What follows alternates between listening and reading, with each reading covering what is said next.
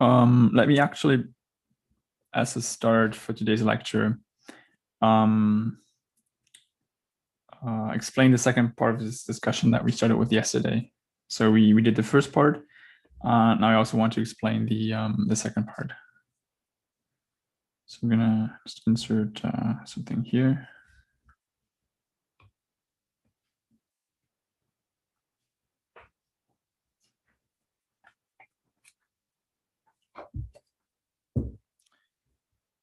Okay, so the second part here says that we now have a basis such that the basis elements form non-overlapping cycles for a nilpotent operator. So this nilpotent transformation is n as before.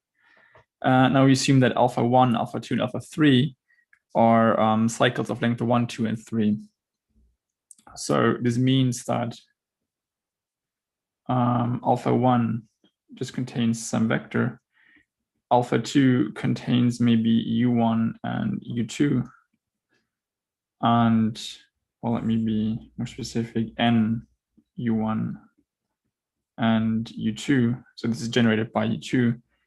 And then we have, sorry, u1. And alpha 3 is of length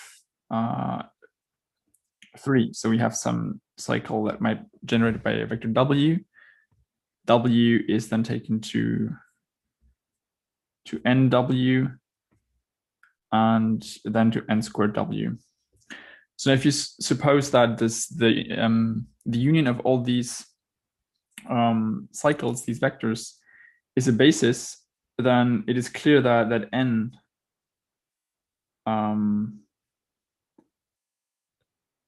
let me call this, did I give this a name? I call this beta. So then when beta is all of these elements together, then it is clear that if I want to compute the matrix of n in this basis beta, I need to compute these the columns. So this means I just compute n of v, which is 0. So the first column is just zeros. Now, when I compute, say n of u, this is also 0. But when I compute n of u in the basis beta, this will be just the vector, well, n of u in beta, which is this vector. So it is not a vector in the basis, meaning that in this basis, the coordinate tuple will be 0, 1, 0, 0, 0, 0. So eventually, what you can observe from this is that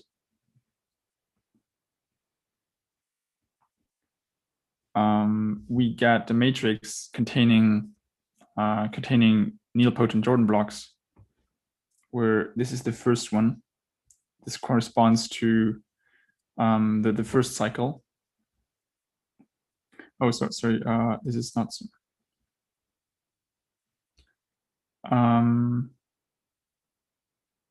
Let me write the matrix differently. So make sure that the proportions are right. So this is the first Jordan block, and the next Jordan block will look like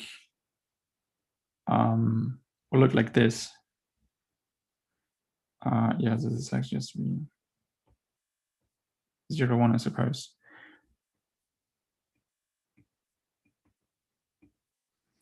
And then the last Jordan block will be corresponding to the last cycle.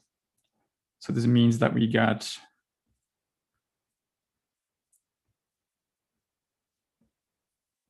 a Jordan block like this.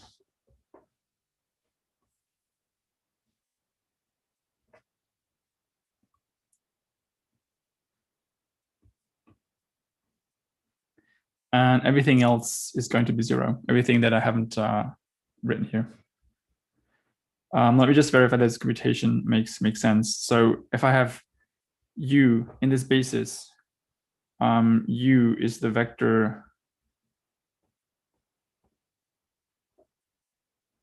it's the third element in the basis. So this is going to be 0, 0, 1, 0, 0, 0. And if I take this to the second element in the basis, this means that the resulting, no, the previous result was right. So the previous computation, because this is the second the second element in the basis. Maybe I should write this here explicitly. So if I want to build beta, then this is going to contain v, nu, u, n squared w, and w, and w. So I'm just going to compute the basis, the matrix of this transformation as always. And I see that the first one is just sent to 0. This is sent here. This is sent to 0. This is sent to 0. This is sent here, and this is sent here.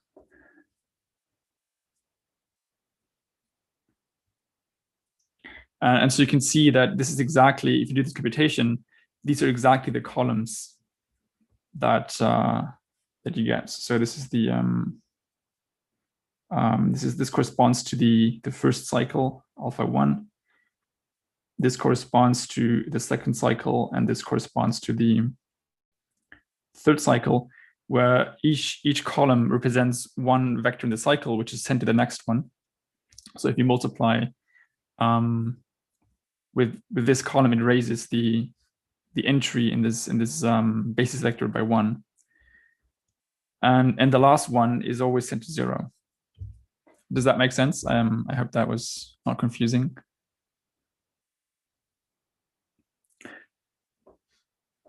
Please let me know if there are questions.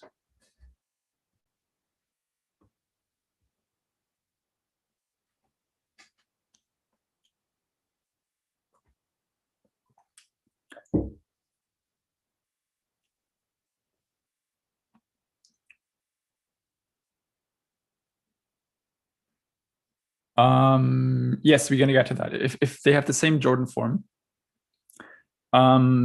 then this means they will be similar, and then they are the same transformations in different bases. Yes. Okay, so that was the motivation why we introduced these Jordan blocks, and why we want to have a direct sum of matrices to write them as the direct sum of these Jordan blocks. And then we've seen that we actually, if the of different cycles, if the final vectors will actually be independent, and then the whole all of the cycles together will be independent. And this is what we need to build a basis.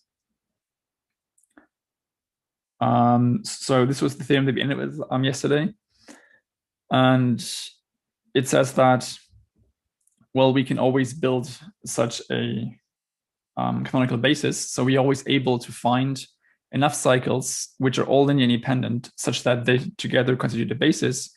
And then this means if we find such a basis, then N will be of will contain Jordan block matrices. Okay, so now the remaining question in this section is, how do we find this basis? What is the tableau representing these cycles that constitute to a basis? And this lemma is very helpful, because it says that for any basis containing of cycles, we can associate a cycle tableau to this. And then the columns of this tableau will always have this number of boxes. So this means, I wrote here that this is the first column likewise, this is the second column. And the number of boxes, in this case, 3 in the first one, is the difference between the powers, the kernels of the powers of n. So here, for example, this would mean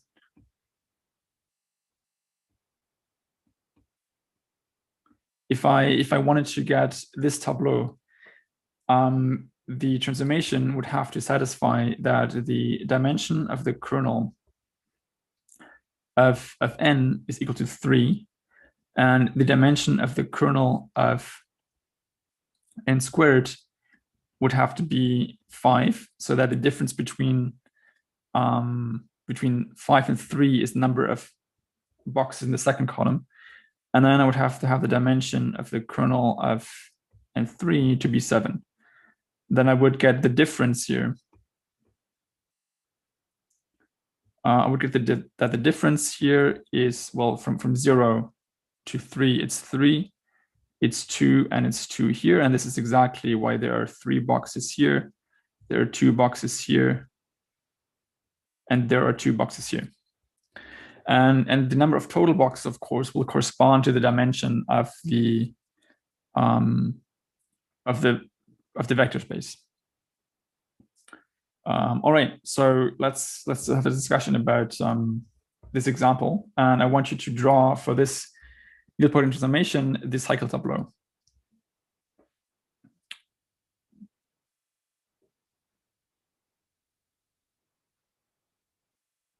And moreover, I also want you to write down the canonical form of the nilpotent transformation in this basis. You'll have 2 or 3 minutes. I see that there's some questions in the chat.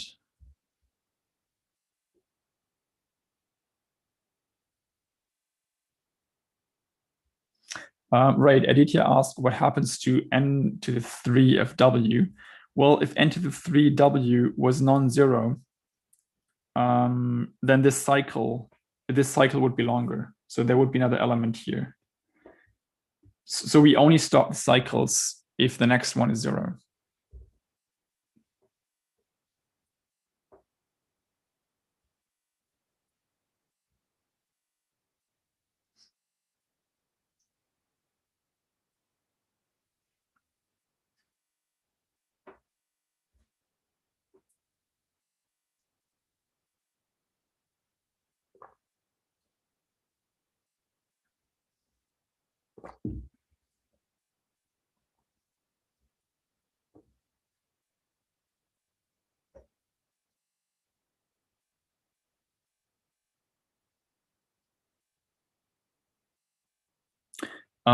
Yes, so the second question is similar to the discussion, only it's a bit more abstract, and I'm not giving you as much information, but you actually need information.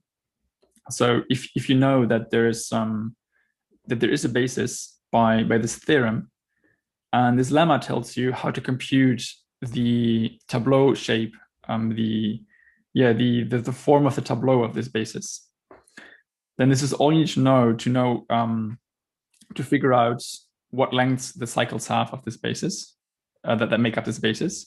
And that's all you need to know in order to find the canonical form of n.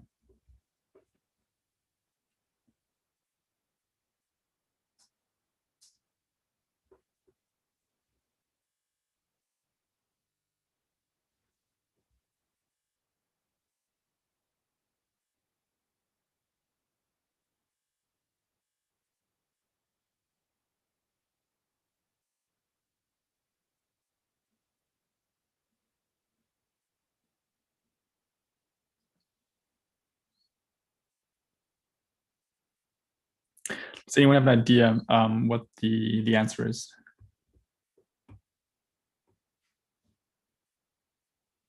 So it's exactly this lemma that you need to use.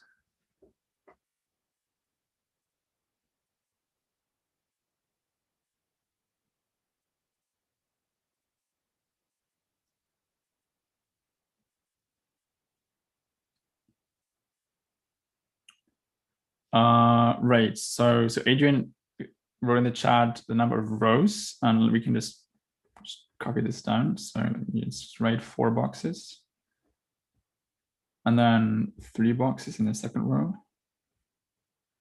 and then 1 box. Okay, so why does that make sense? Well, if you look at the difference, well, the first one is always 3. So if you come from 0, this is always 3. But then if you look at the difference between 3 and 5, that's the difference exactly here for j is equal to 2.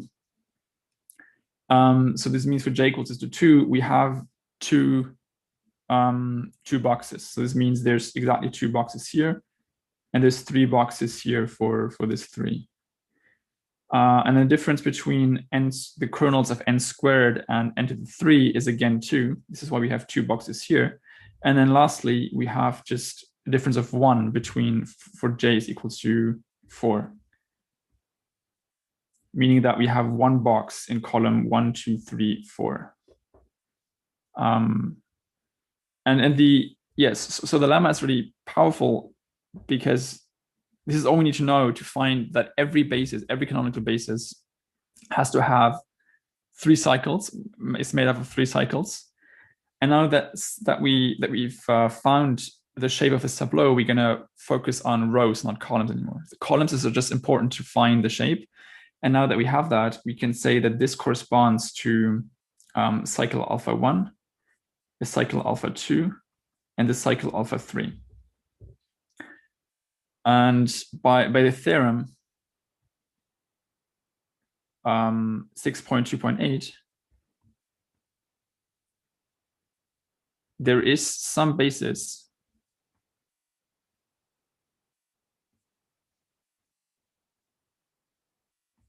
beta, which is the union of cycles of exactly this kind. Be warned though, we don't know what the cycles are.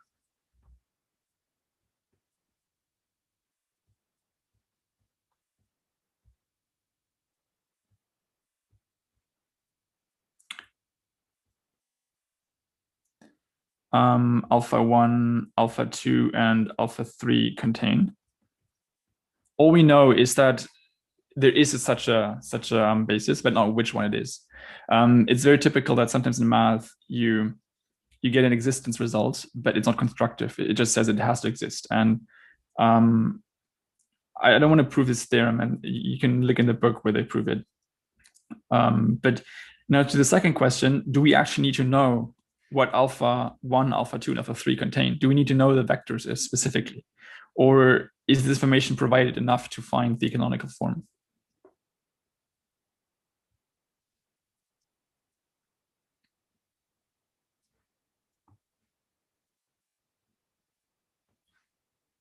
So remember that if you now take the union beta, we're going to have some vector v, some vector w. Let me write it in there. Oops.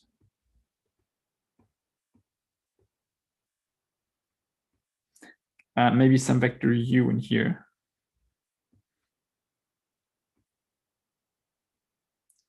And we know exactly that beta is of the form 1, 2, 3, 3v, n2v, nv, and v, n squared w, nw, w, and u. So just by this theorem and the discussion, the lemma, we know that first of all there is such a basis, and we know the shape of the tableau of the basis. And this means we know exactly if you assume the convention that the largest cycle comes first, then we know exactly what the basis looks like. So Andrew suggested that we need the starting vectors, and Yardan says that it's already enough. And this is correct, because no matter what u is, it has to be non-zero to generate a cycle. Otherwise, the cycle wouldn't exist. And so we know that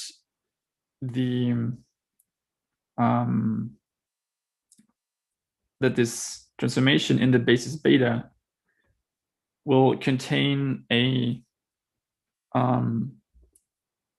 Jordan block of size 4 for the first cycle of length 4. So it will be 0, 0, 0, 0 with the ones on top. This corresponds to taking this v here, this vector here, and this vector here, and this will go to 0. So that's exactly this kind of ladder that this represents. Then we continue with a cycle of length 3.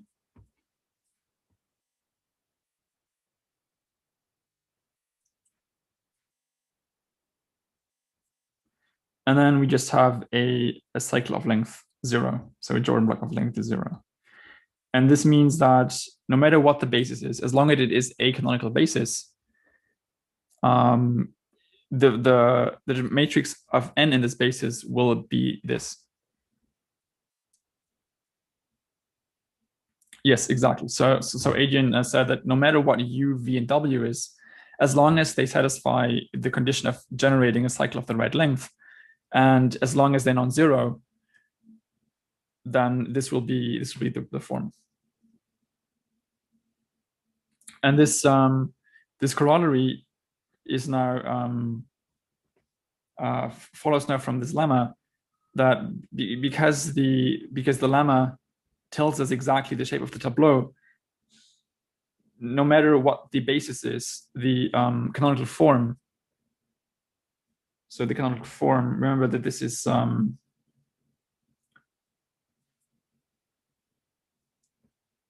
the form of n beta beta if beta is a canonical basis is unique. And you can verify even if you multiply u by 2, and if you multiply, or say we multiply w by 2, and then every successive vector also by 2, then this wouldn't change. So this proves that there are many versions, there are many possibilities for canonical bases. Any questions about this?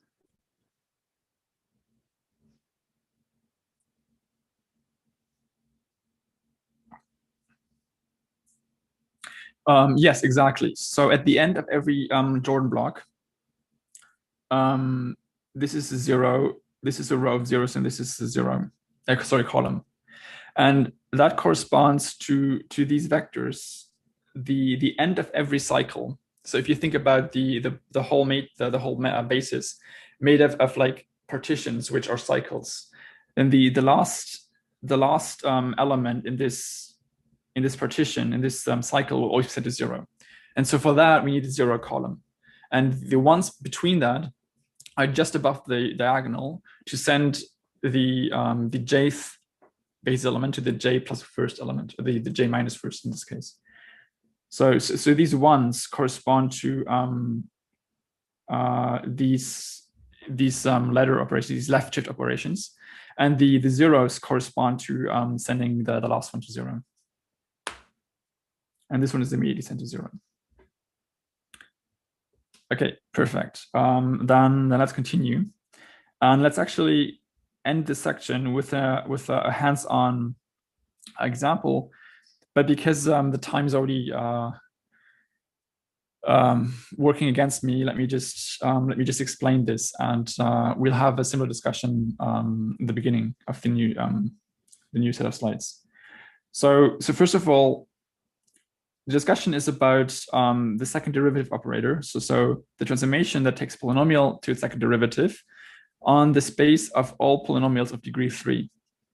Well, clearly this is nilpotent. Simply because if you take the second derivative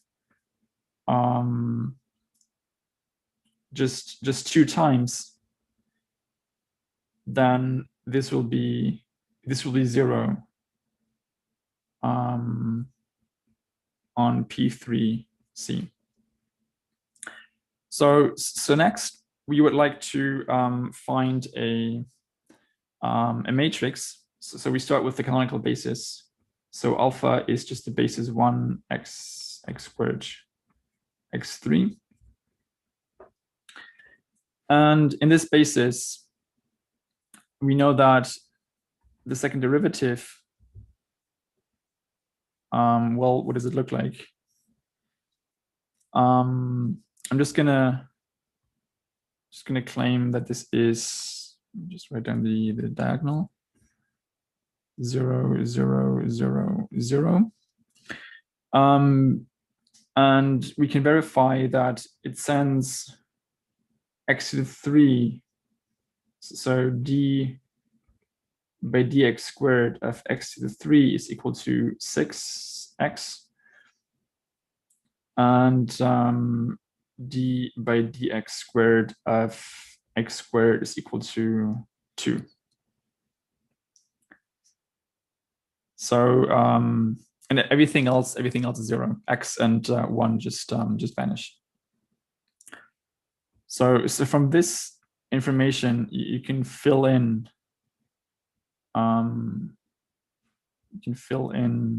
this.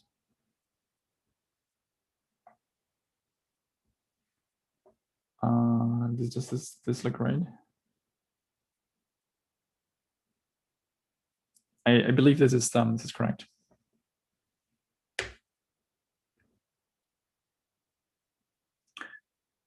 Derivatives on complex numbers work the same way, that you have some an x to the n plus an minus 1 x to the n minus 1 and so on. And the only difference, the only difference to before is that now the a's are allowed to be complex numbers. So so the ai are now in C and no longer in R. That's the only difference.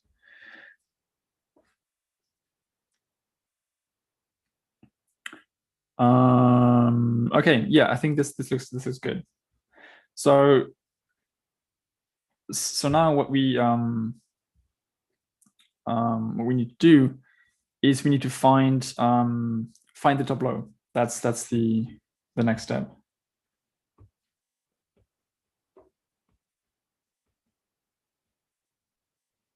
Any idea how to do that? Any input?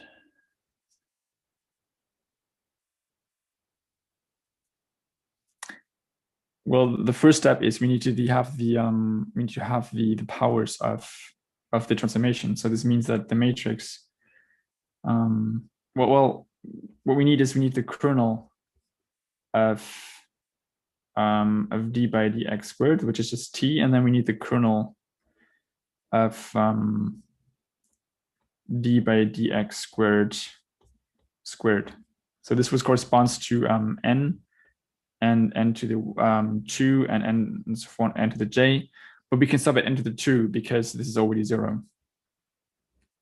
So what are the dimensions of the kernels? Can someone see that immediately from what's provided on this page?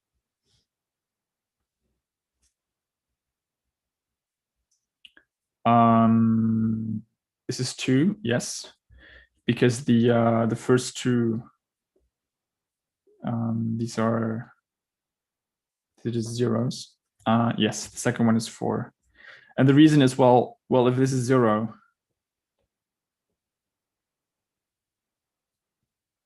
if this is completely 0, then the kernel just corresponds to the whole space. So now what is the tableau? What does this mean for the tableau? It just looks like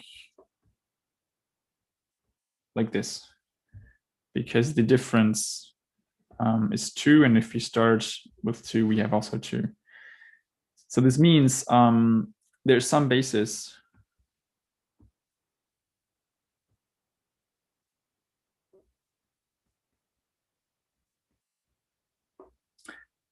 a basis of P3C of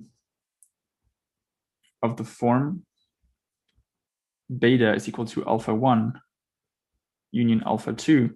And alpha 1, alpha 2 have to correspond to cycles of length 2 each. So this means that this is this looks like some polynomial p of x and its second derivative, so p prime prime of x, and some other polynomial q of x and the derivative q prime prime of x. So this would be the say the first cycle, and this is the second cycle. And then the operator d by dx squared will just send the initial vectors to the next one. Does that make sense so far? So I've used the existence from the theorem and the lemma to tell me what shape I'm looking for.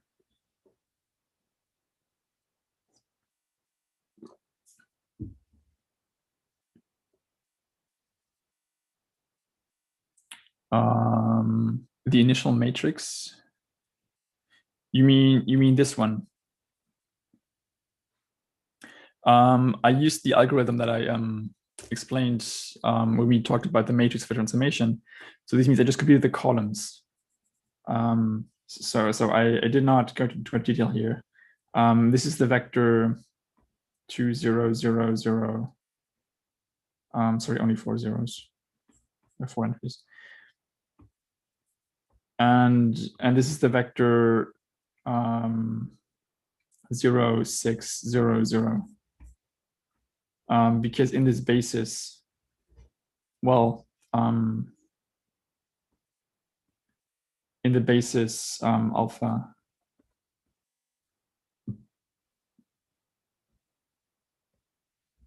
and then I just write them here, and I would leave the other ones, these are 0 columns. Okay, so now the question is really, what are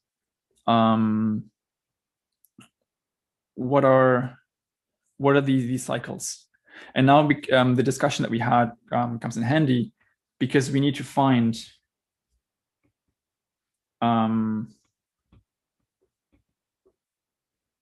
need these elements. So this means we need some vectors which are independent, because only if and only if these are independent, the whole tableau will be independent.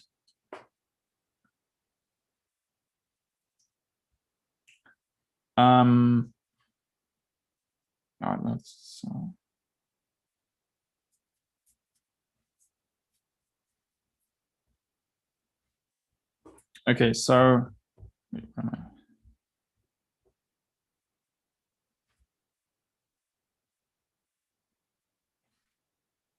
okay, so remember,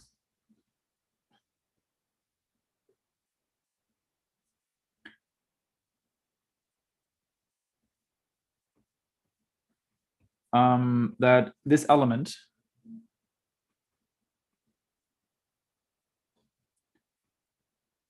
has to be in the kernel of d by dx squared intersect the image of d by dx squared. Right? So it has to be that was the discussion that we had yesterday. It has to be sent to 0 if we apply the transformation one more time, but it also has to come from something in the image. So because this is of length 2, it has to be in the image of this transformation. If this was this cycle, then it would have to be in the image of this transformation t squared, but still in the kernel.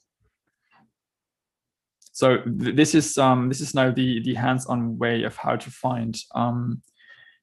find explicit solutions, how to find explicit bases for canonical forms. Now, in our case, well, the image of this transformation, remember that d by dx squared in this basis alpha looks like zeros in the first column, zeros in the second column, and then 2 and 6 here. So this means that the image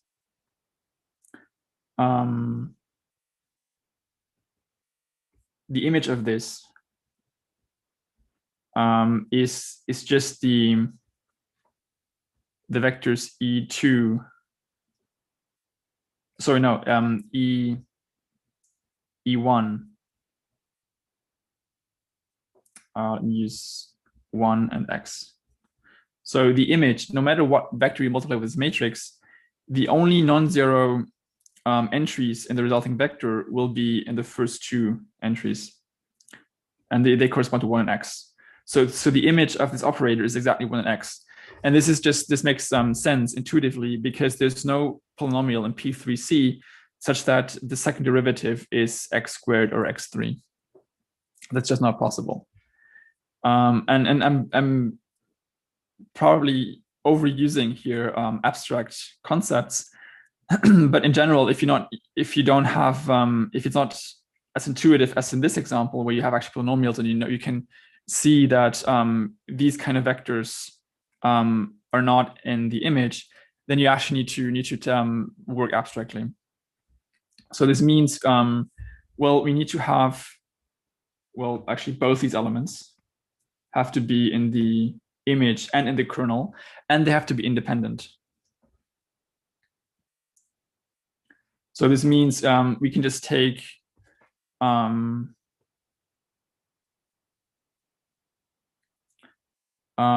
use 1 for q prime prime of x and x for p prime prime of x.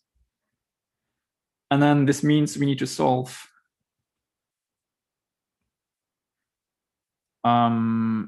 d by, we need to solve for p of x and q of x. So this means we specify the last elements first, and then we try to reconstruct, we reverse engineer the cycle backwards.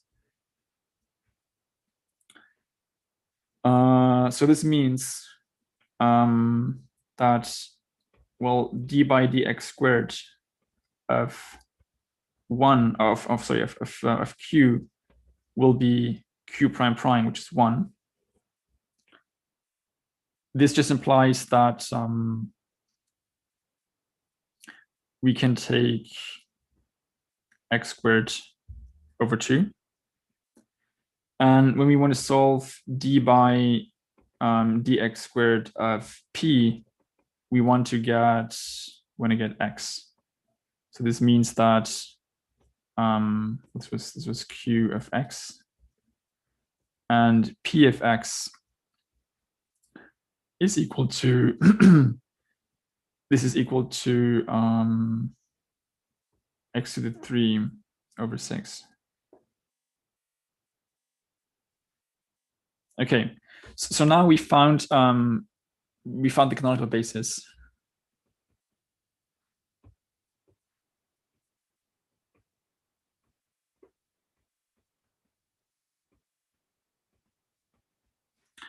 And it contains exactly as predicted by the lemma.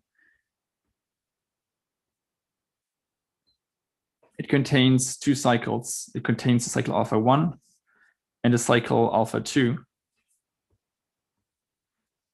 And the first cycle is, it's not the unique solution. We've just found a canonical basis. This was x squared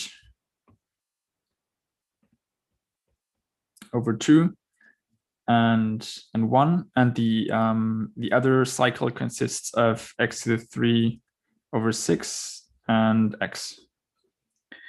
And it's exactly of the form that the operator d by dx squared sends one to the other.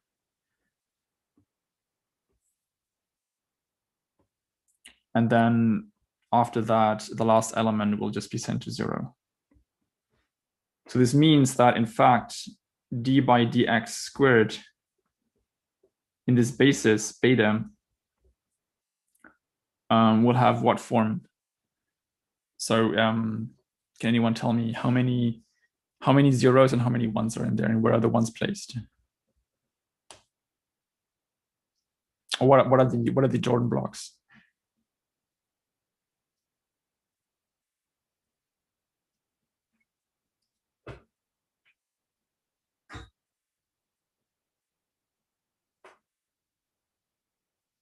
Yes, exactly. Yeah. So we have a Jordan block here, and we have a Jordan block here, and the matrix is too big, and everything else is 0. Yes, exactly. So this is probably the most hands-on we're going to be today with these examples. And so in this case, it's not great simplification because the matrix was already simple to begin with. Like this matrix wasn't too wild. But this formalism, it's just an example. This whole discussion about nilpotent matrices has now shown us that no matter what the transformation is, as long as it's nilpotent, there's always a form, a canonical form, which is unique of consisting of Jordan blocks. So we can write this as 0, 1, 0 plus 0, 1, 0. And these are just called we just called them J2. Any questions before we move on? Right. I wanted to also suggest you further readings if you want to see another example. Because this is the algorithm that I applied to find these cycles, starting with the final element and then working my backwards. That's done very nicely in the examples.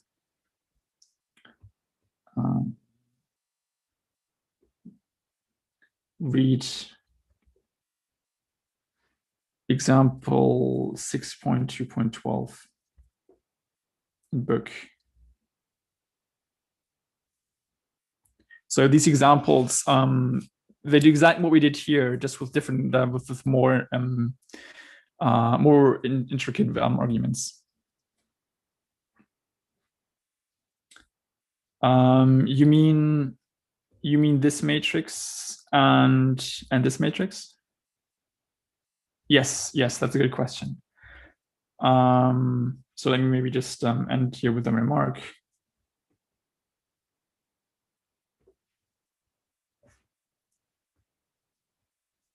There is a change of basis matrix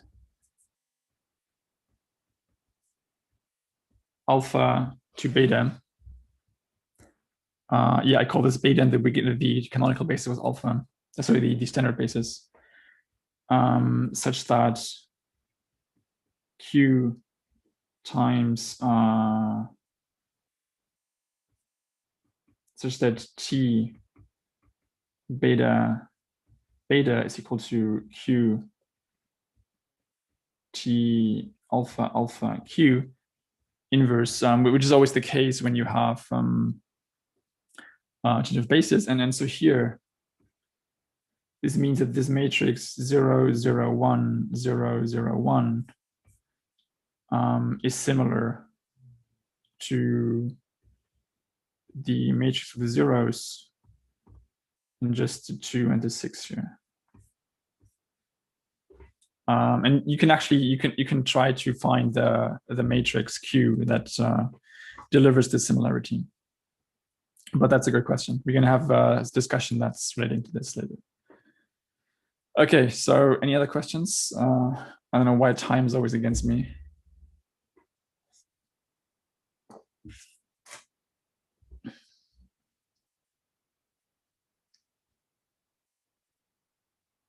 Okay, so remember we can go back to that, and we can review everything next week. We'll hopefully have 2 hours next week at least to review things. And so before we take a break soon, I want to at least get started with the week 11 material. So the goal overall now is to improve or to find a canonical form of any kind of matrix. So they don't have to be diagonalizable, triangulizable, or nilpotent, because those are very limiting restrictions. And this is going to be enhancing the triangular form. So remember that triangulizable means there's some basis such that A looks like lambda 1, lambda 1, lambda 2, lambda k, and really anything here. This was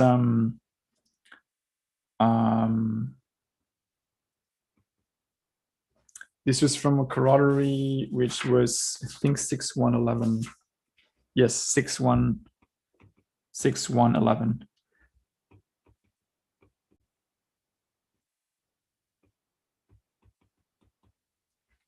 So we can, if you have enough eigenvalues, but not necessarily the right dimension of the eigenspace, we can find an upper triangular matrix or upper triangular form.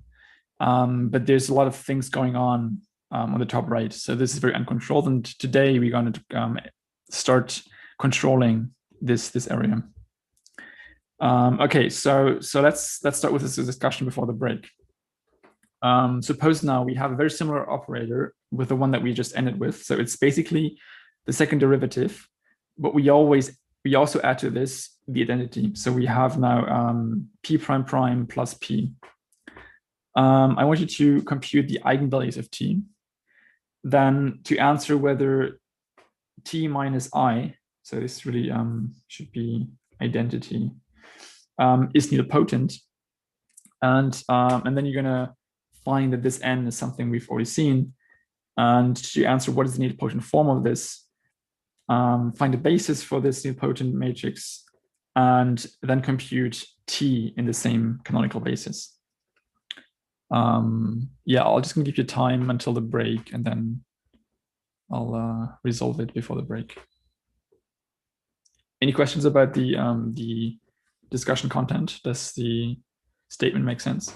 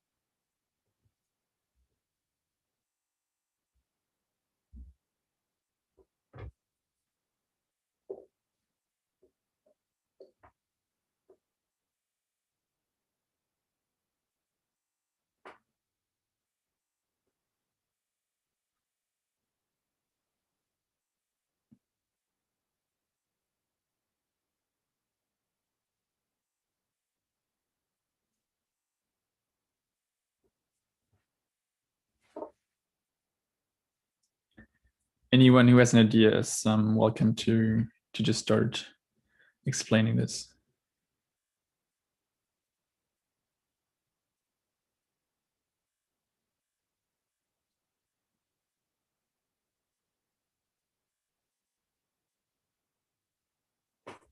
Yes, one is an eigenvalue indeed. How would you compute the eigenvalue?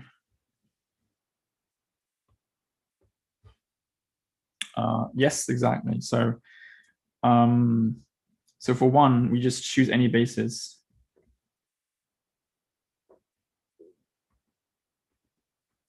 For example, we usually start with this basis of monomials if we talk about polynomials of a certain degree. And then we compute that t in this basis, well, it just looks very similar to what we just had, only that there's also ones on the diagonal. So this was a 2, this was a 6, and this was 0. And then the nice thing about, yes, exactly, Jency said just in the chat that if you want to compute the correct reciprocal polynomial, this is the determinant of 1 minus lambda, 1 minus lambda, 1 minus lambda, 1 minus lambda, and some 2 and some 6 here. Every upper triangular matrix has a very simple determinant, because you can just do the cofactor expansion along any column or row, and then you will find that it just reduces to the diagonal. So we do this first, and the only non-zero entry here is this one. So this whole thing vanishes, and then it's this one, and so on. So this means this is indeed 1 minus lambda to the 4. So the eigenvalue lambda 1 is equal to plus 1 with multiplicity 4. M1 is equal to 4. Okay, so second question. This is not supposed to be very quick, because we just talked about a very similar. Yes, exactly. Jency said we talked about this. Yes. So if we look at the matrix of n in this basis, this is the matrix of t minus identity matrix. So this means this is exactly what we had before. And this is nilpotent, because it is, the best way to argue here is it has zeros on the diagonal and it's upper triangular, and that means it is nilpotent. Okay, so what is the nilpotent form of n?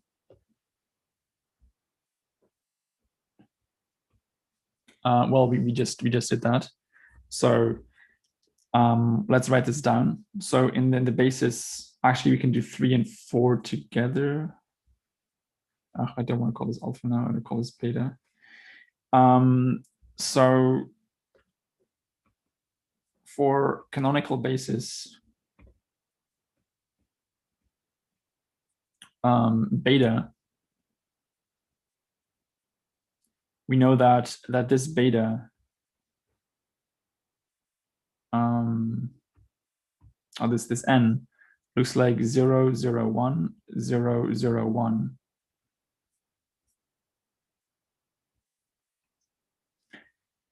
And we also found beta is equal to 1 x squared over 2 x and x to the 3 over 6. And now the other important thing, that this is the main thing I want to take away. If we now go back to t, so we created n to be nilpotent, and now we want to go back to t. What does t look like in this basis? So clearly that t is the sum of n plus lambda times id.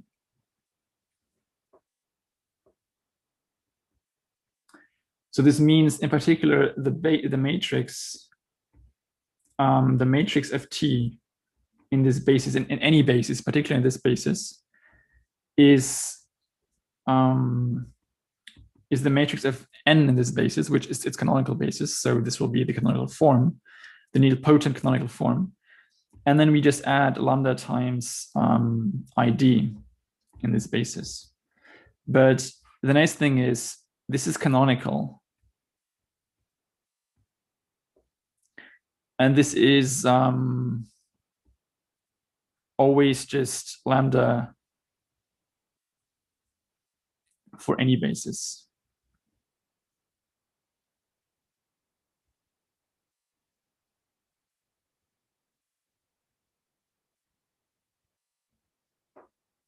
So this means that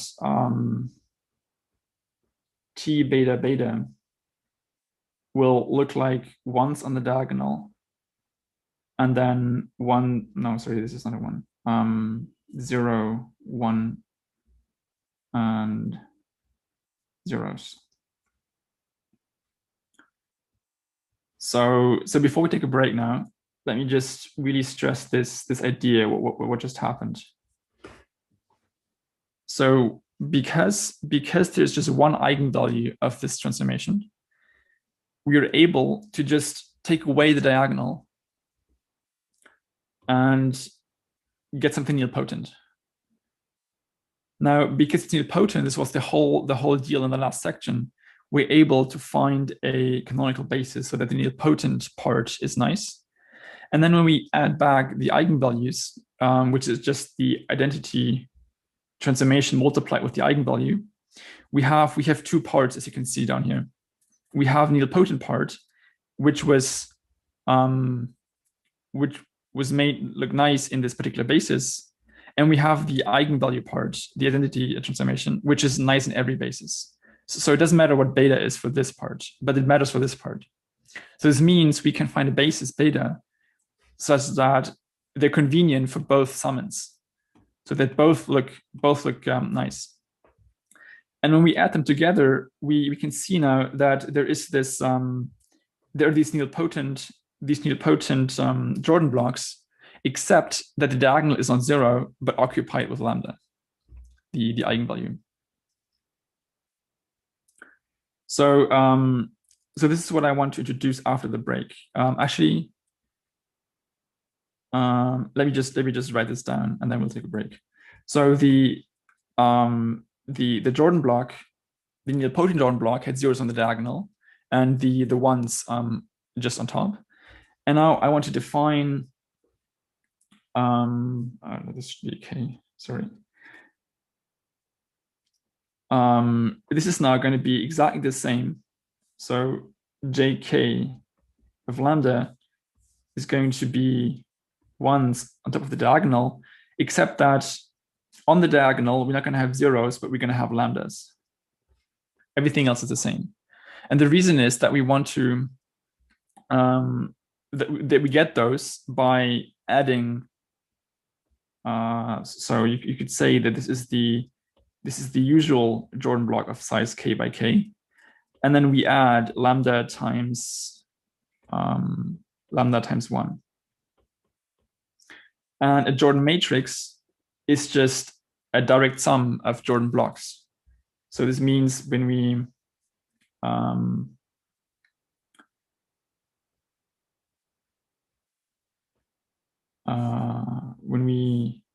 with a Jordan block, so we have lambda 1, and then we have just ones above the diagonal, then we might continue with a second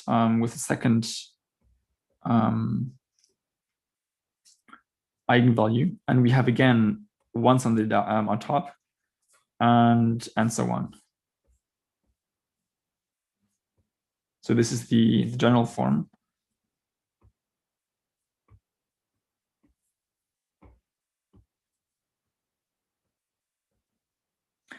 And for example,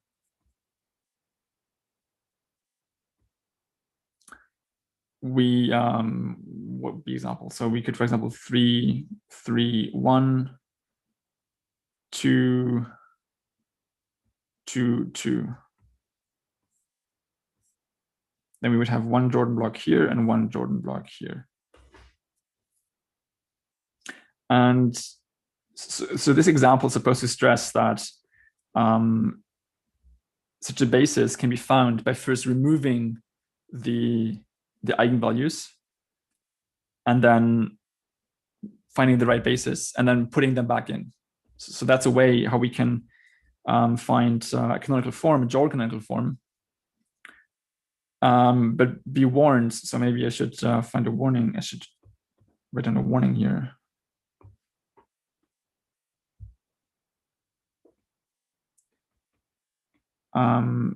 This only works if T has only one eigenvalue.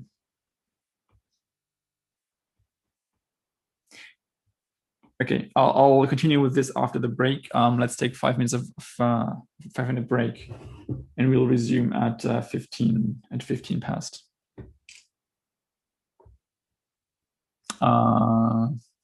Yeah, I'll answer the questions after the break. Let's take a break first, and I'll be back in 5 minutes. But those are good questions. It's exactly the problems we're going to be addressing after the break. Okay, the recording is rolling again. And I'll let me go through the chat and answer the questions. So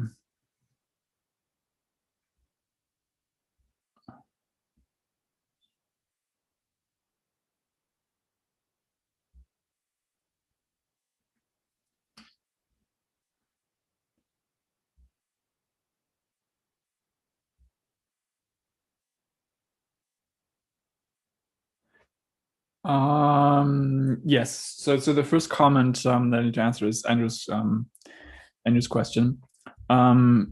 This discussion kind of gives you an idea of how you'd prove his question, and it says that, well, if you have just one eigenvalue, and that's important, by the corollary 6111, you can find an upper triangular form with the eigenvalue on the diagonal, as we did here. So this is 6.111 in practice.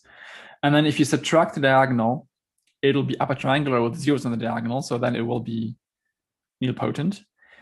For nilpotent matrices, we have worked a lot last week and beginning of this week to find a canonical basis, a canonical form.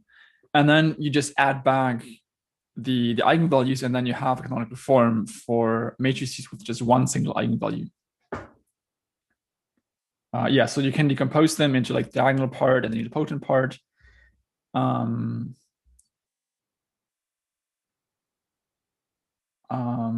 So what do you mean?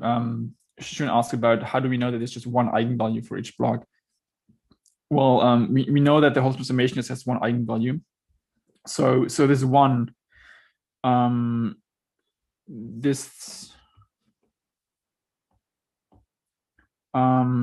this really just is the 0, 0, 1, 0, 0, 1. I'm running out of space.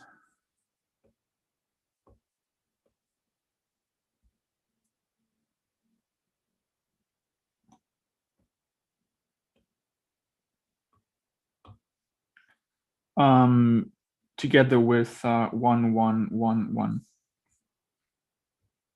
So this means here are the blocks visible. And then we just add the diagonal. Yes, right. So n was just created to be t minus the identity transformation. So this means t will be n plus the identity transformation by construction. And the good question now is, how do we continue if we have more than one eigenvalue?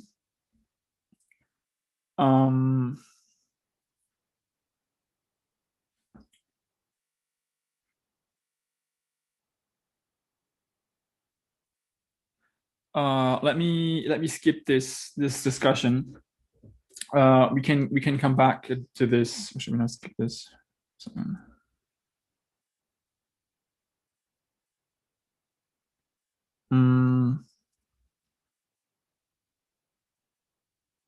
Well, let me just explain this, and then we can move on. And then we'll address the question: what if there's more than one distinct eigenvalue? So this is basically just abstract version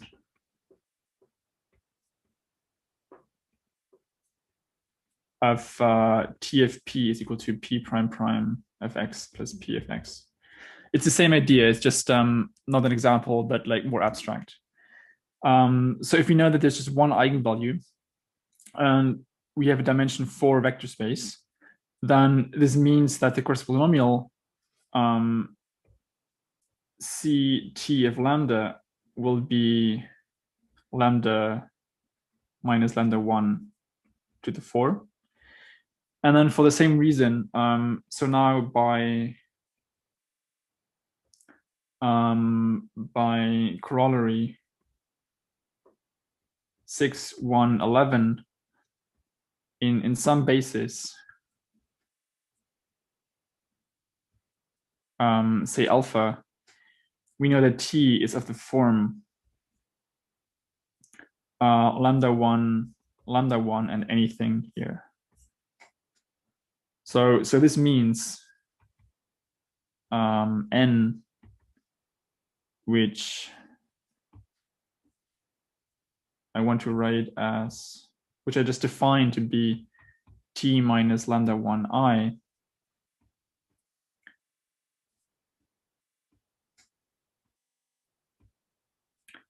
has in this basis the form of zeros and something here.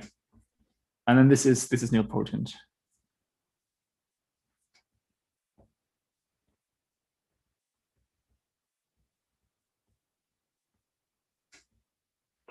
And if it's nilpotent in this matrix and in this basis, it's will be nilpotent in any basis.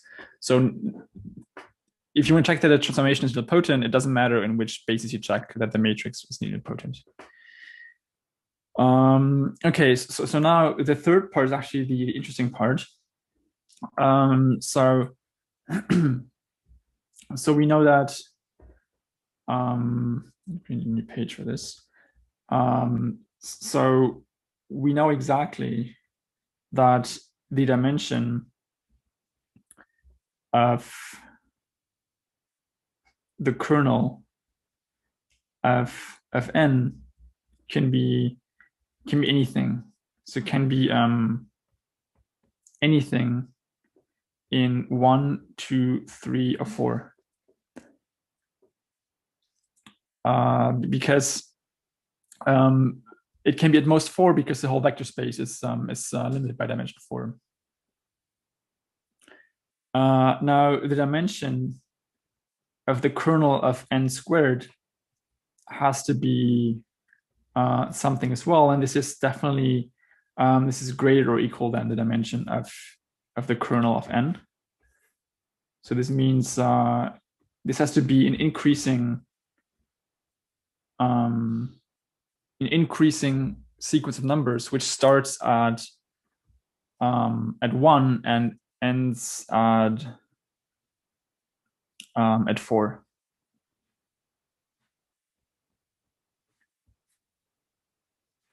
So dimension of the kernel of n to the so let's say n is equal to 4. This is the max.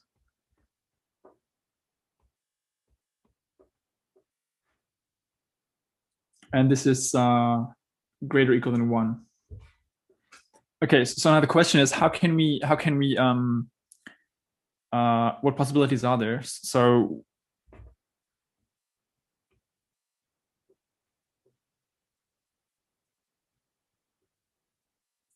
the possible answers are,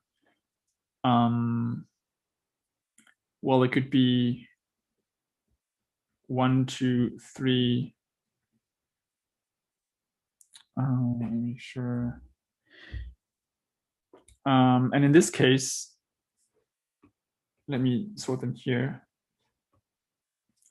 And then from that, we can compute the cycle tableau. So we can compute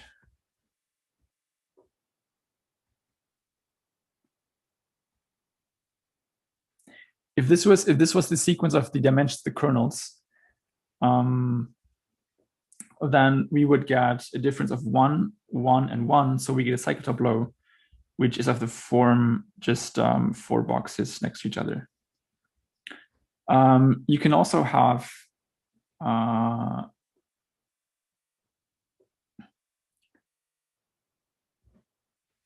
me just see. So the cycle tableaus that we can get, you have to rearrange these 4 boxes in some way that this will be a cycle tableau. And you can have only 4 boxes because the total number of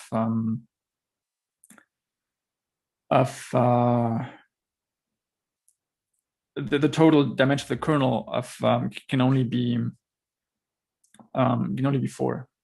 So another cycle tableau we might get is this one.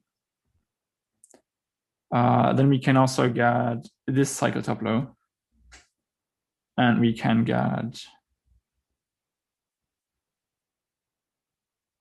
this cycle tableau. And I'm just trying to remember what the dimensions here would be: 2, 3, and 4. Here we would have 2 and 4, and here we would just have 4.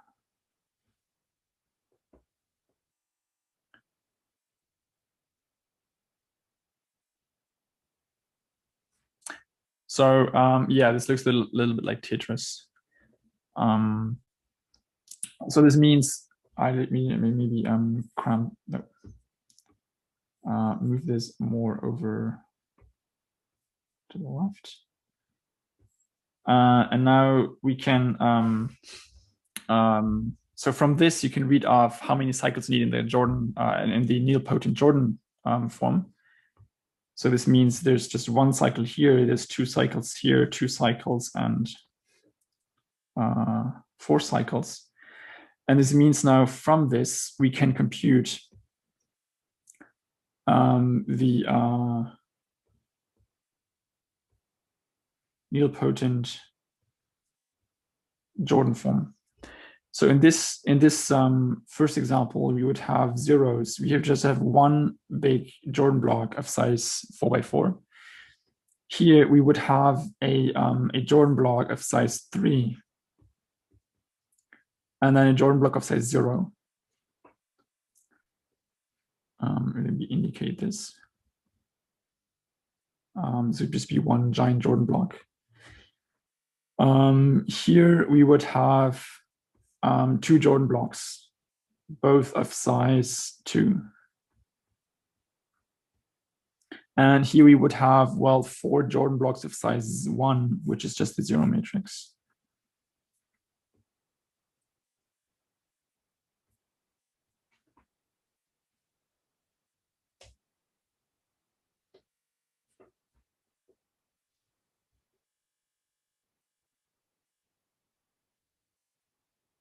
Oh, yes, absolutely. I forgot one case. Thank you for pointing this out. So Jancy is correct.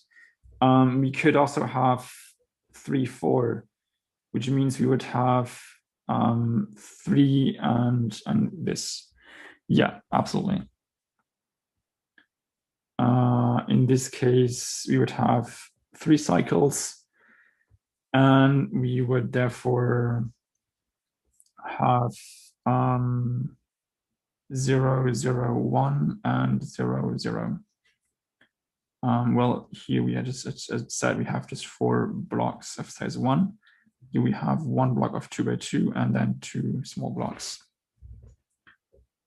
Okay, yeah, I think this is exhaustive.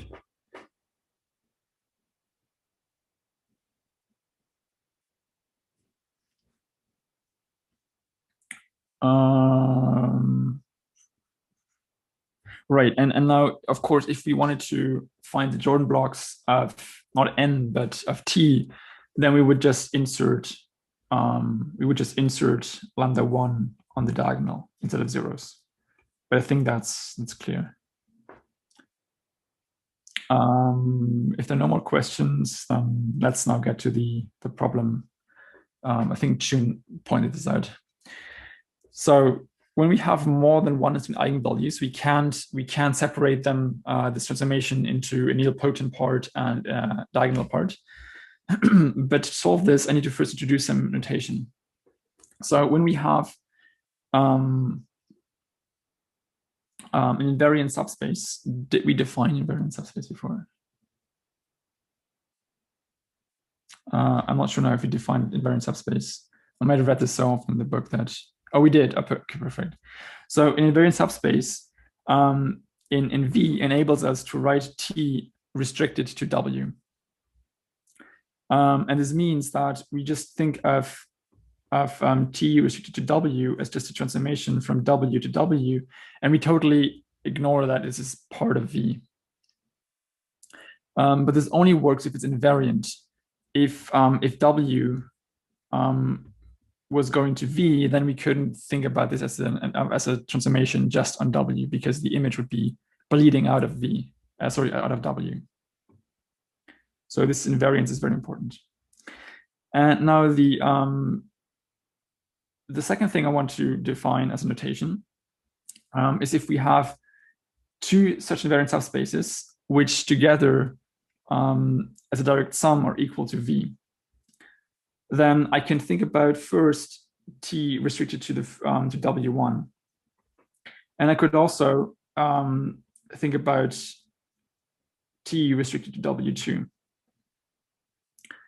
And the direct sum, remember that this implies the V can be decomposed into vectors W1 plus W2. This is a unique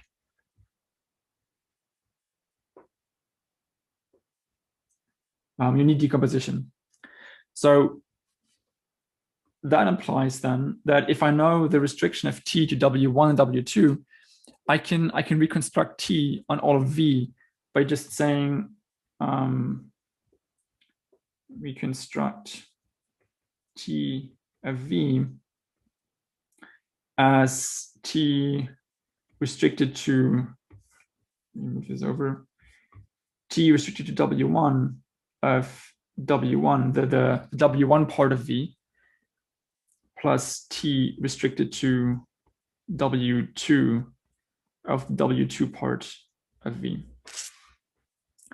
So having two invariant subspaces which add up to the whole space of the direct sum, we can recover T.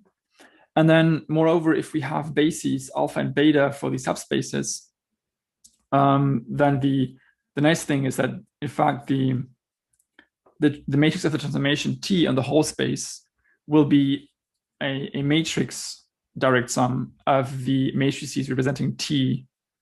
This should be this should be T restricted to W1 and W2.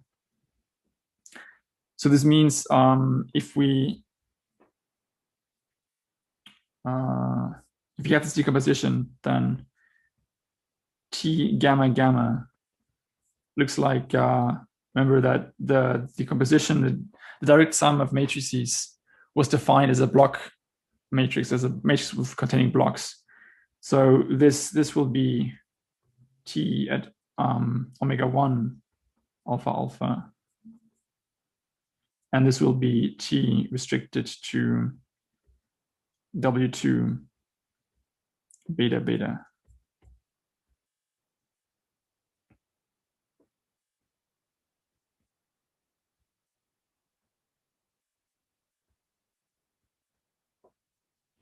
Any questions about this notation?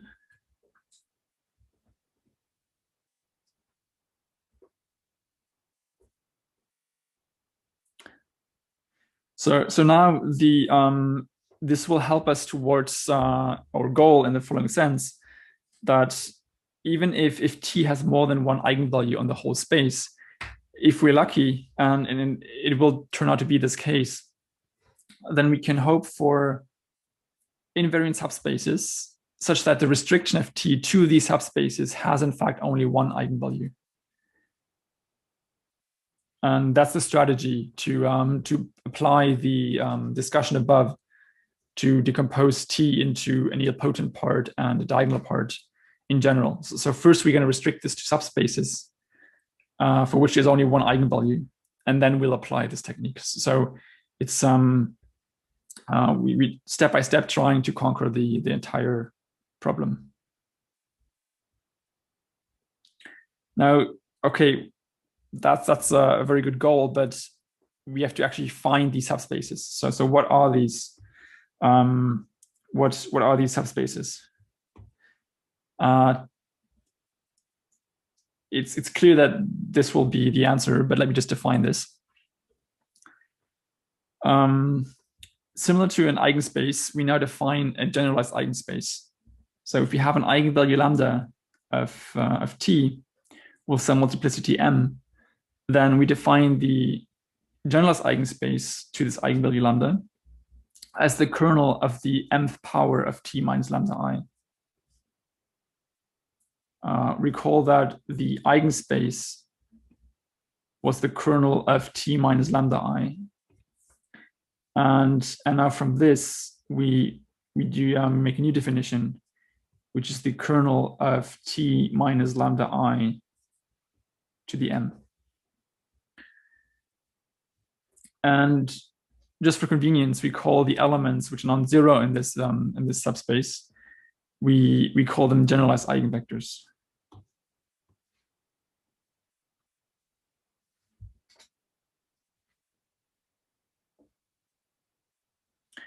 Any questions about this?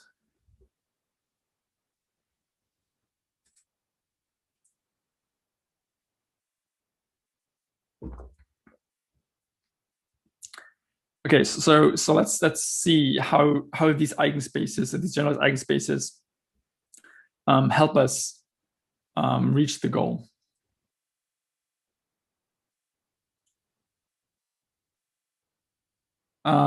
Yes, that's a good comment that we can make. If n is nilpotent,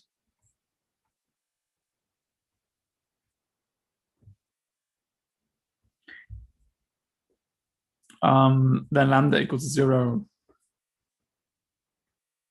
is the only eigenvalue.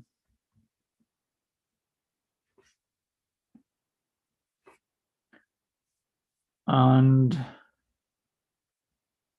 well, I guess we have to check that this m, that the multiplicity, is in fact less than the index. So this means that the kernel of n to the m is equal to the is k lambda. So in order to verify what Jensi wrote in the chat, we have to verify that the multiplicity of this eigenvalue is 0. I guess it is clear. Yeah, it is clear that if this is the only eigenvalue, and if you assume, just for simplicity, that this is a complex vector space, then we actually know that the multiplicity will be the dimension.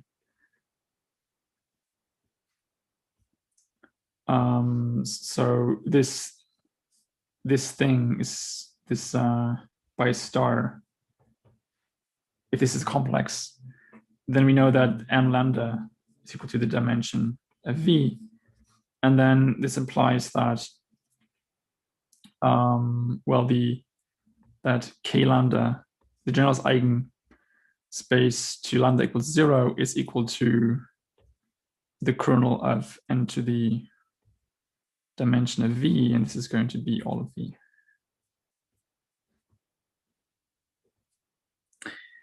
Okay, so let's get to another discussion.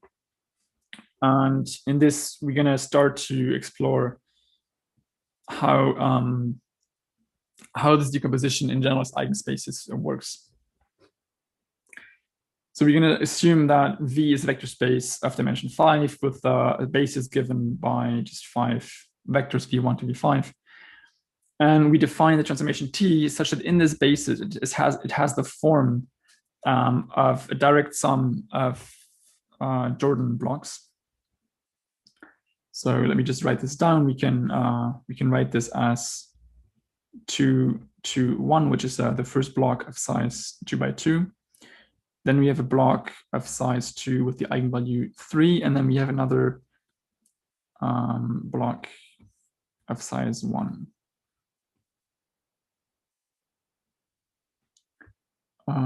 These are the blocks.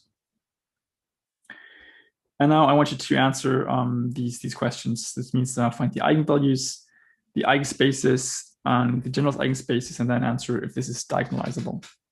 I'll give you 3 or 4 minutes for this. And is the statement clear, or do you have questions?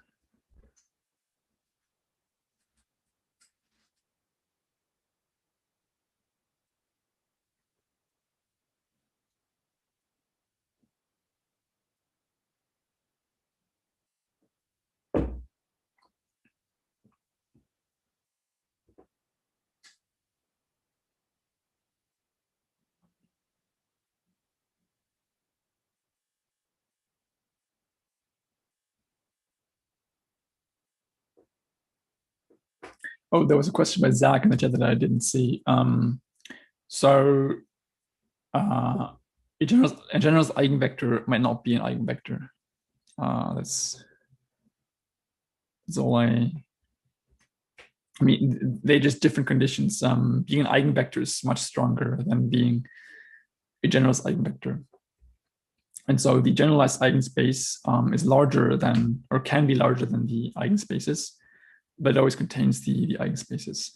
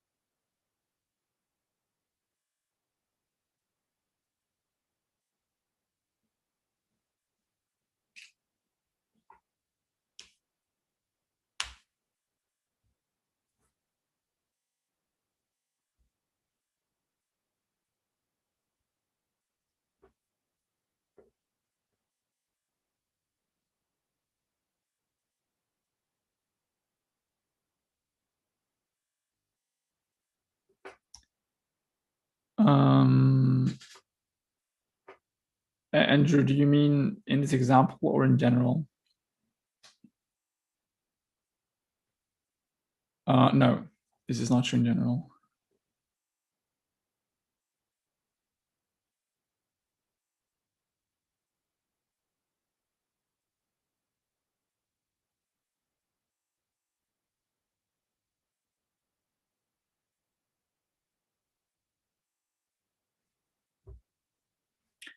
Okay, let's start discussing this. These questions. Who wants to start with the first part?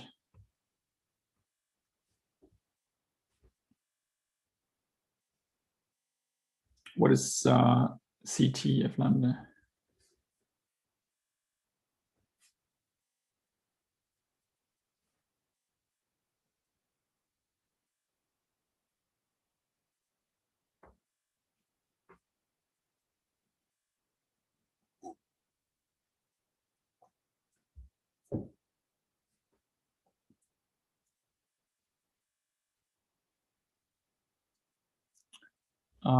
Yes, exactly. So we just have the diagonal. Everything else doesn't contribute because this is upper triangular. So we have 2 minus lambda squared and 3 minus lambda to the 3. So this means that the eigenvalues are lambda equals 2 and lambda 2 equals 3. Multiplicities are m lambda 1 is 2 and m lambda 2 is 3. What about the eigenspaces? So if we want to find the kernel of, start with E2. This is the kernel of the matrix with 2 subtracted from the diagonal. So it will be 0, 0, 1, 3, 1, 1, 1, 1.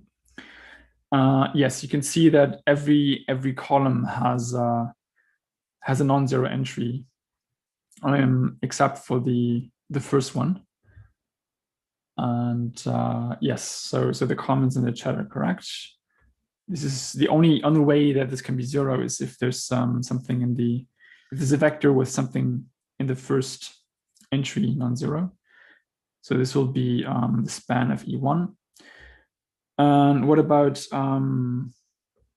E3? This will be the kernel of -1, -1, 1, 0, 0, 1, 0.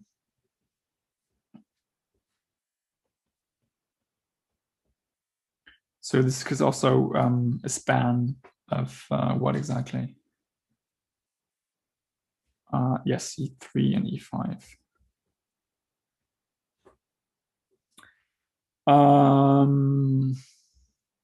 Let us quickly jump to number 4 and then come back to number 3. Maybe I should like switch these two around.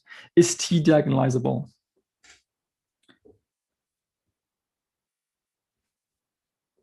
No, exactly. What's the problem?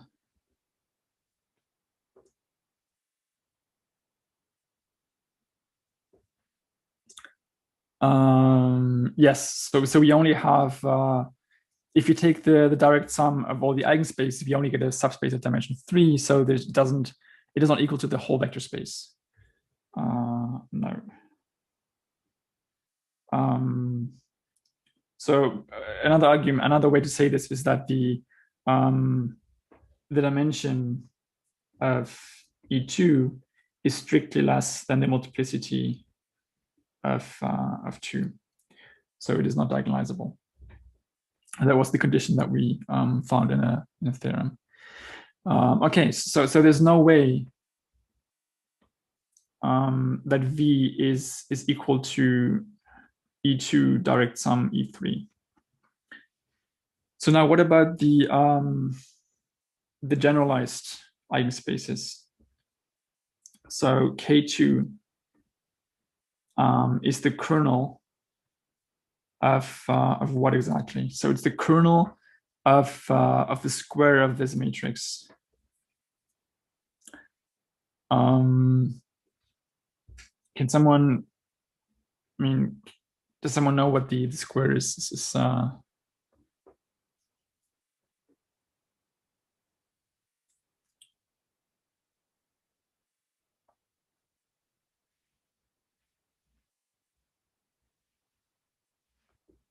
so you can kind of see that if you use these two columns and you multiply them with the matrix, you get zeros only.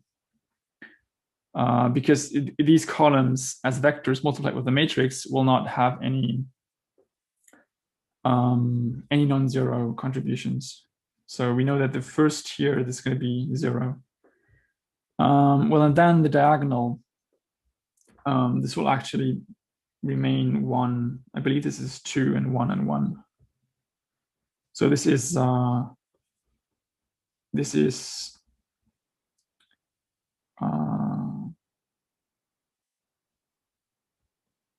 T minus lambda, sorry,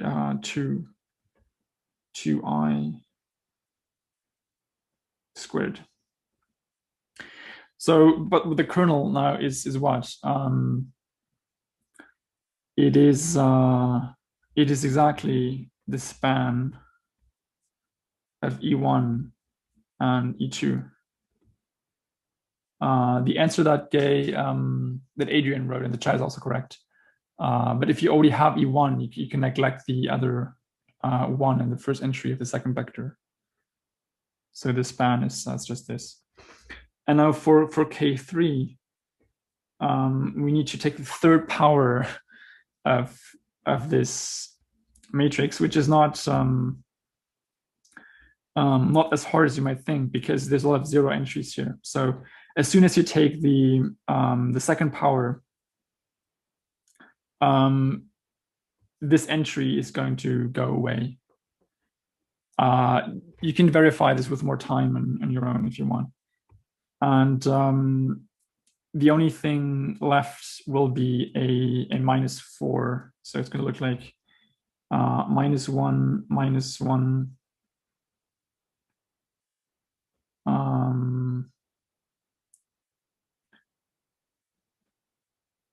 I think this is a -4.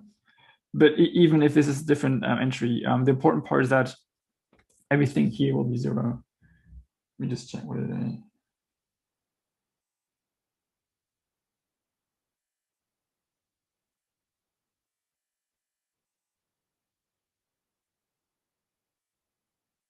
No, I think this is a -3, but as I said, it doesn't really matter.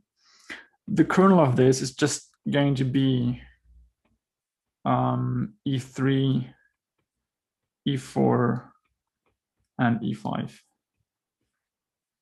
So from this, we can see, let me make some space here.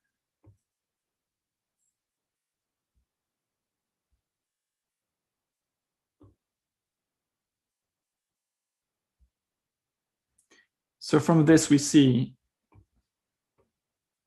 that V can be indeed written as K2 plus K3. And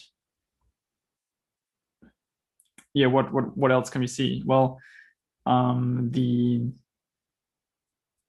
gonna do this next here. Yeah, let's move on to the next discussion, and then I'm gonna comment more on this. So the next discussion, are there any questions before we move on? Anything you'd like to clarify?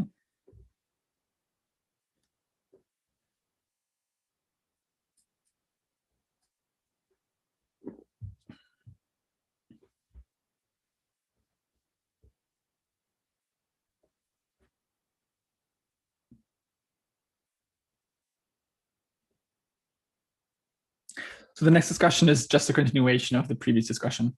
It's the same matrix, the same setup. What's different though is we have basically more questions.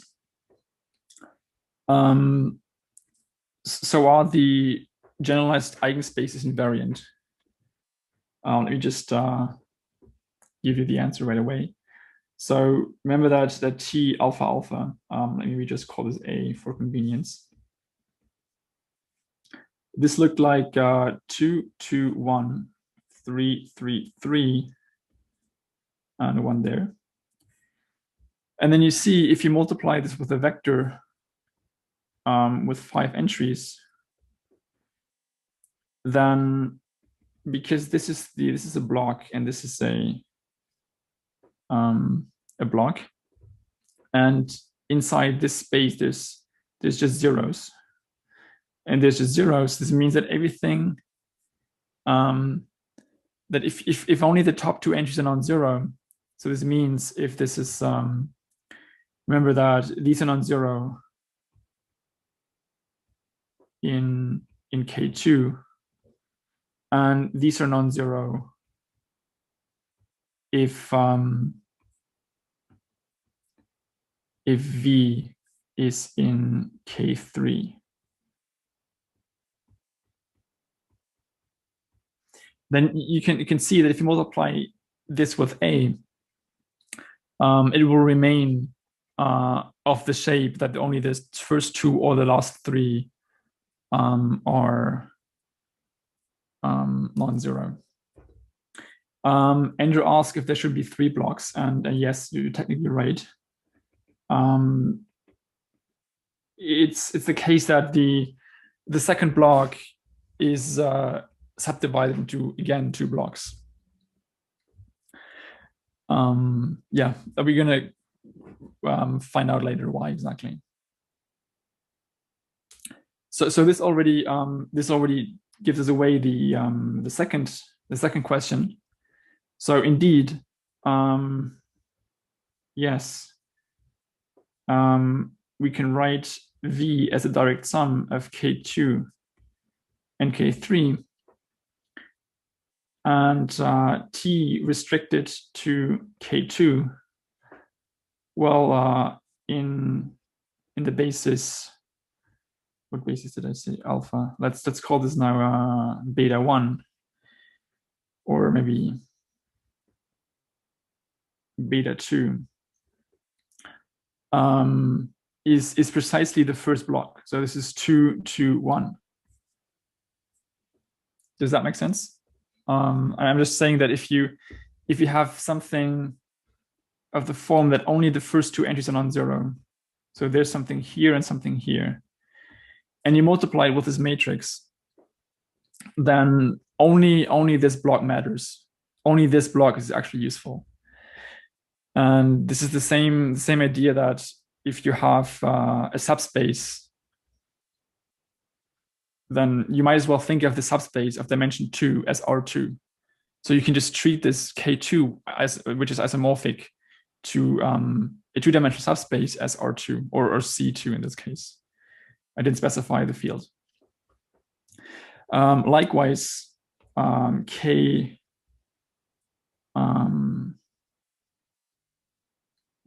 I should probably say first that K2, K3 are invariant under T, and T restricted to K3 in the basis beta. Well, beta 2 is just the first two elements of the base of the whole space, V2, and beta 3 contains V3, V4, and V5. It's going to look like the other block. 3, 3, and the 1 here. Okay, so maybe now I can comment on Andrew's question whether there should be 3 blocks or 2 blocks. Well, the second block that I wrote here in green, all of the 3x3 block, that will be the restriction to the second generalized eigenspace. Now, why do we consider this block as a whole and not subdivided into further blocks? Well, we can do that in the next step. Well, if we know now that if we now know that this restriction of T to K3 has only one eigenvalue, then we can compute T restricted to K3 minus 3 times the identity transformation. And this will be nilpotent. And then, of course, this will have some nilpotent form, but this nilpotent form could either be 0, 1, 0. It could be 0, 0, 0.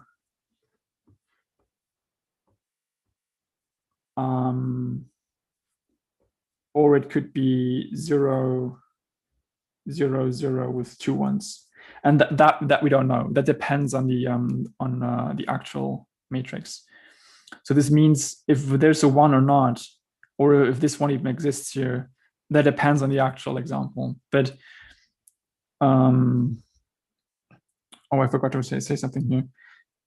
The other thing that we need, the whole purpose of having the generalized eigenspaces, is that they're first of all invariant. Together, they decompose V into a direct sum of invariant subspaces, and probably the most important thing of all of them,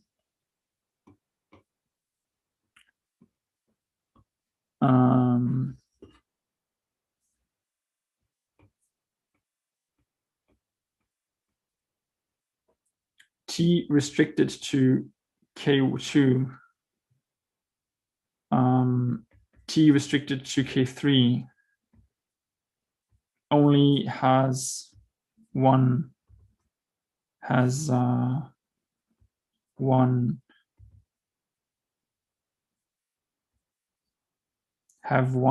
unique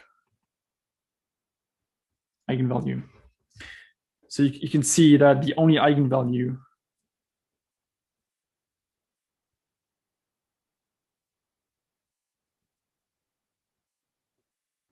is 2, no matter what the exact form of the nilpotent part is. And here the only eigenvalue is 3. Any questions?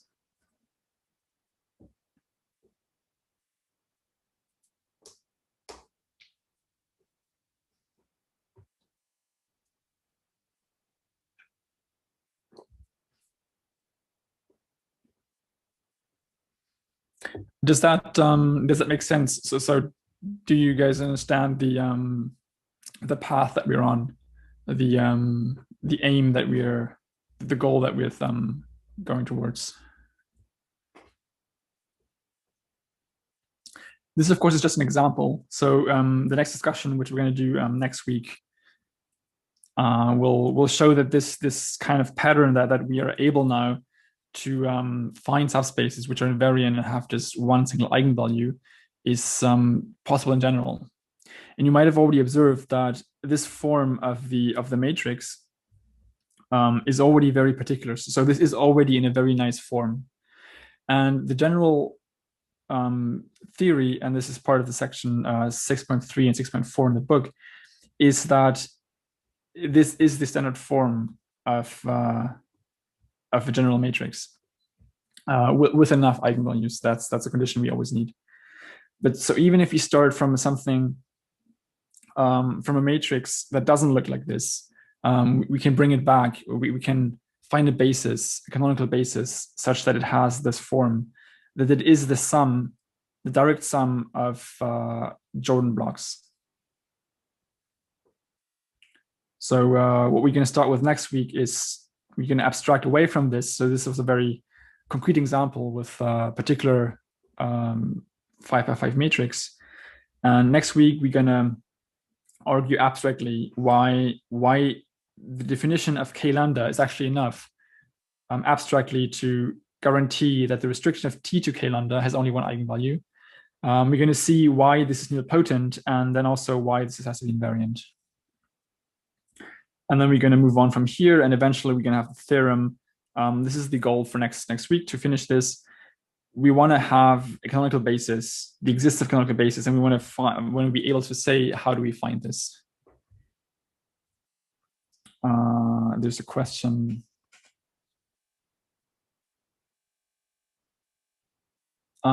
Yes, exactly. So this theorem, let me just give you a sneak peek of this theorem. So the only thing the transformation has to satisfy is it has to have enough roots in the field. And as Adrian asked, this is exactly, this is automatically true. So this is automatic in C or any algebraically closed field F. So this means we no longer have to ask whether it's diagonalizable, nilpotent. We can just say, well, if it's algebraic closed fields, every matrix has a nice form. That's the goal that we're gonna work towards. Right, and then we're gonna have some examples and discussions. But yeah, I think we're going a good way. We're going to finish this on Wednesday next week, and then on Thursday we're going to have a review session. And you're also welcome to send me requests for that, so that if you have anything you would like to review in particular, then please let me know in advance. Otherwise, I'll prepare just general overview.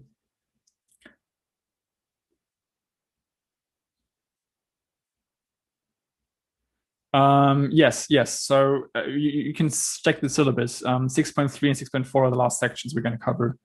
And so week 11 is the last week with new content. We're going to bleed over a little bit into week 12. But this is going to be the end of the lecture of the whole semester of this course. So once we understand the Jordan canonical form, we're good with the content. Any other questions?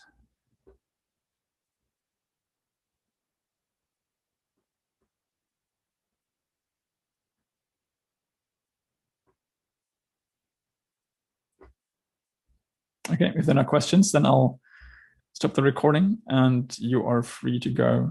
See you all next week. Enjoy the long weekend and the free day tomorrow.